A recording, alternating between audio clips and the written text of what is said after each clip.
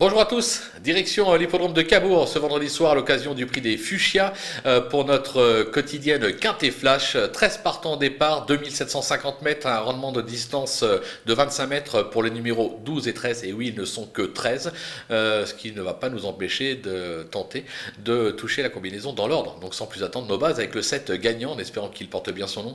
Un cheval qui cherche sa course actuellement, il aura pour lui d'exceller corde à droite et contre lui d'être parfois un petit peu délicat. Toutefois, s'il reste au trot, je pense qu'il est en mesure de passer le poteau en tête. On va lui opposer le numéro 11, Gabello Jeffi, alors qui lui aussi n'est pas de tous les jours, mais qui possède un brin de qualité.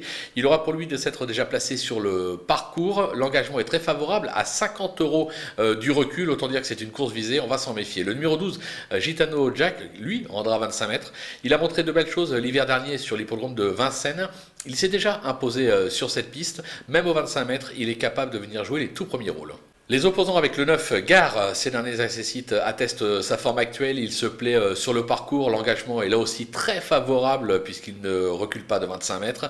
Il faudra s'en méfier au moment des choix. Le numéro 10, Graffiti Bond, qui a montré des moyens en province, notamment sur les tracés corde à droite. Sa forme est sûre, je pense qu'il peut venir brouiller les cartes dans cette épreuve. Le numéro 8, Godespou, on va pas se le cacher, je ne l'avais pas retenu dans un premier temps, et puis son entraîneur nous indique que le dernier coup, il a connu tous les malheurs, et sans ces malheurs, il aurait probablement conclu sur le podium. Il est extra de forme le matin à l'entraînement, on va faire confiance à son mentor et c'est la raison pour laquelle je l'ai remonté dans ma sélection. Le coup de poker avec le 5 Gamin Duller, il lui arrive parfois de faire des coups mais il reste très intermittent.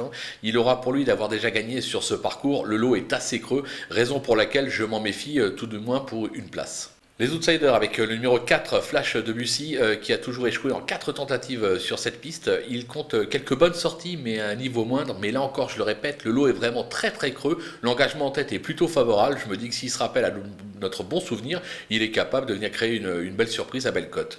Le numéro 13, Guerrier Royal, un cheval qui se montre délicat, qui ne compte que des échecs cette année.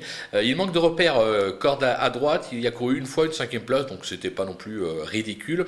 Maintenant, il est au 25 mètres, c'est pas facile, mais là encore, vu qu'il y a de la place dans cet événement, je me dis pourquoi pas pour une 4 à 5e place, attention.